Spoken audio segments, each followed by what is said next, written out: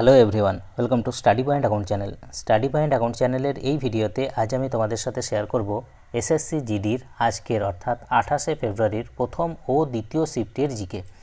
দেখো, প্রথম ও দ্বিতীয় শিফটের যতগুলো জিকে আমি কালেক্ট করতে পেরেছি সেগুলো তোমাদের সাথে শেয়ার করব। তো ভিডিও শুরু করার আগে তোমাদের কাছে রিকোয়েস্ট, ভিডিও ভালো লাগলে অবশ্যই লাইক করে দিও, শেয়ার করে দিও এবং চ্যানেলে নতুন হয়ে থাকলে চ্যানেলটিকে সাবস্ক্রাইব করে নিও। তো আজকের প্রথম প্রশ্ন যেটা, যে গণপরিষদ কবে গঠিত হয়?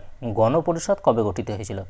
দেখো, গণপরিষদ গঠিত হয়েছিল 1946 সাল। 1946 সালে গণপরিষদ গঠিত হয়েছে। গণপরিষদ গঠিত হয়েছিল ক্যাবিনেট যে মিশন, ক্যাবিনেট মিশনের প্ল্যান অনুযায়ী গণপরিষদ গঠিত হয়েছিল এবং এম.এন. রায় প্রথম 1934 সালে গণপরিষদের যে ধারণা সেটা দিয়েছিলেন। নেক্সট, 1947 সালে স্বাধীনতার সময় ভারতের সাক্ষরতার হার কত ছিল?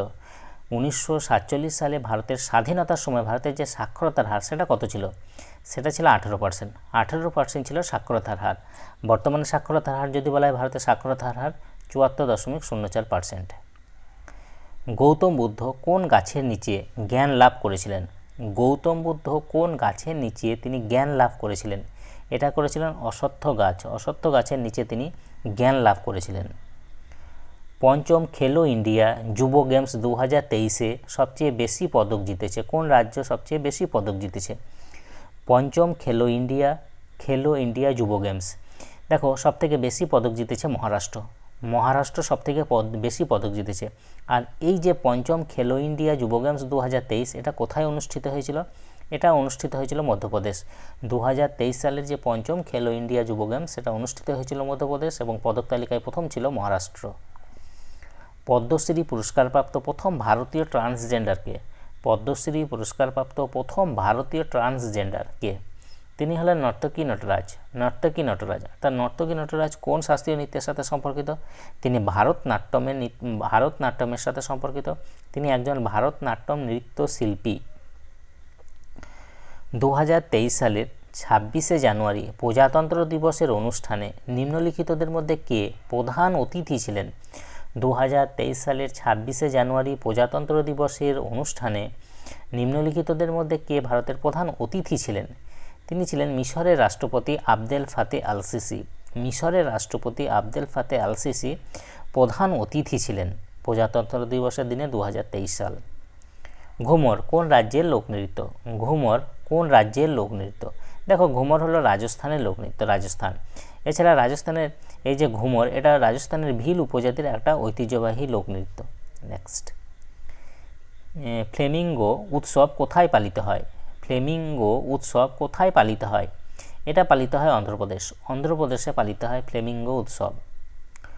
ষষ্ঠ আর্থিক জনগণনা কত সালে অনুষ্ঠিত হয়? ষষ্ঠ আর্থিক যে জনগণনা সেটা কত সালে অনুষ্ঠিত হয়? এটা অনুষ্ঠিত হয়েছিল 2013 সাল। 2013 সালে অনুষ্ঠিত হয়েছিল ষষ্ঠ আর্থিক জনগণনা। 22 জুলাই 2023 পর্যন্ত বেশি সময় ধরে মুখ্যমন্ত্রী থাকা দ্বিতীয় মুখ্যমন্ত্রী, বেশি সময় ধরে থাকা যে মুখ্যমন্ত্রী তিনি দ্বিতীয় মুখ্যমন্ত্রীকে? তিনি হলেন উড়িষ্যার মুখ্যমন্ত্রী নবীন পট্টনায়ক। উড়িষ্যার মুখ্যমন্ত্রী নবীন পট্টনায়ক হলেন সবথেকে বেশি সময় ধরে থাকা দ্বিতীয় মুখ্যমন্ত্রী।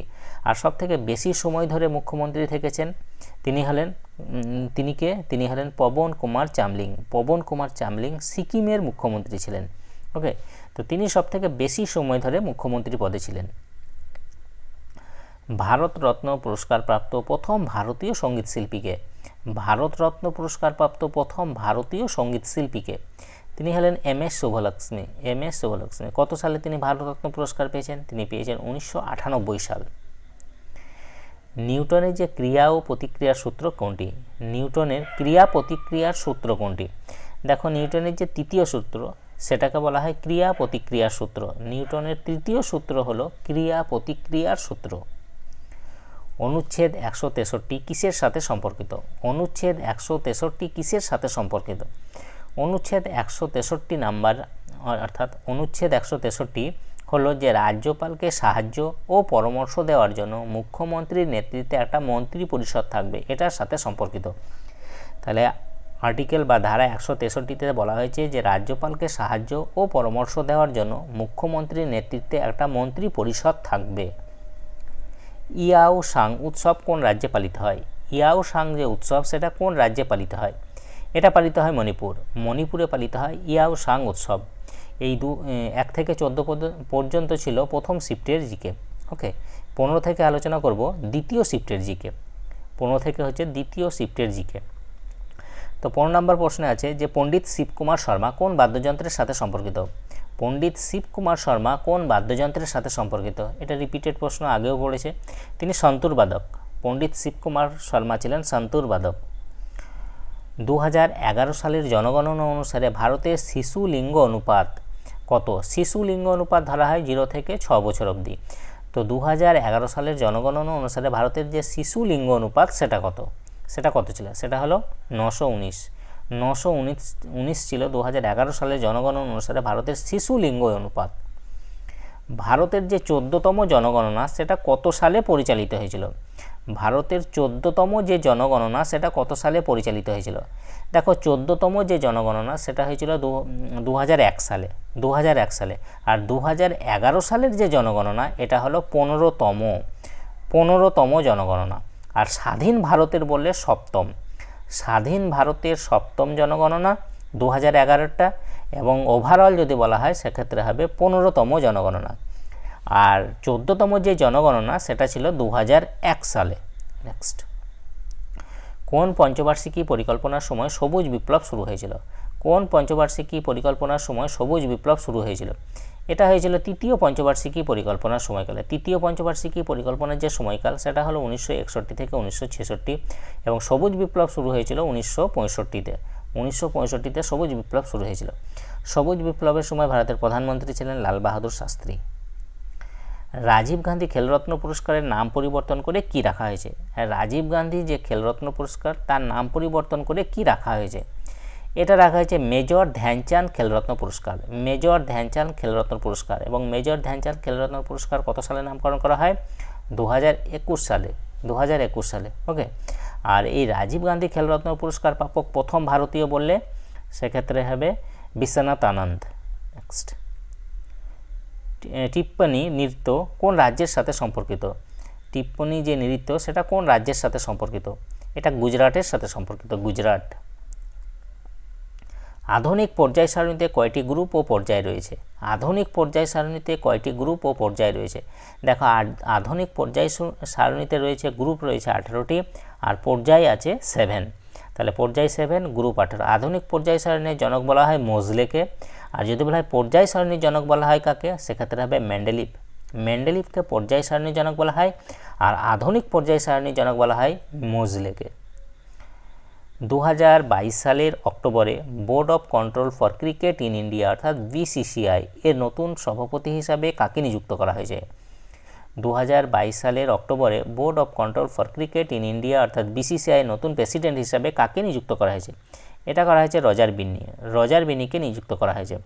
রজার বিন্নির আগে কে ছিলেন BCCI এর প্রেসিডেন্ট? তিনি হলেন সৌরভ গাঙ্গুলি।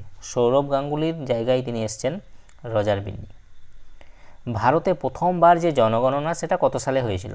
ভারতে প্রথমবার যে জনগণনা সেটা কত সালে হয়েছিল? এটা হয়েছিল 1872 সাল। 1872 সালে হয়েছিল ভারতে প্রথম জনগণনা।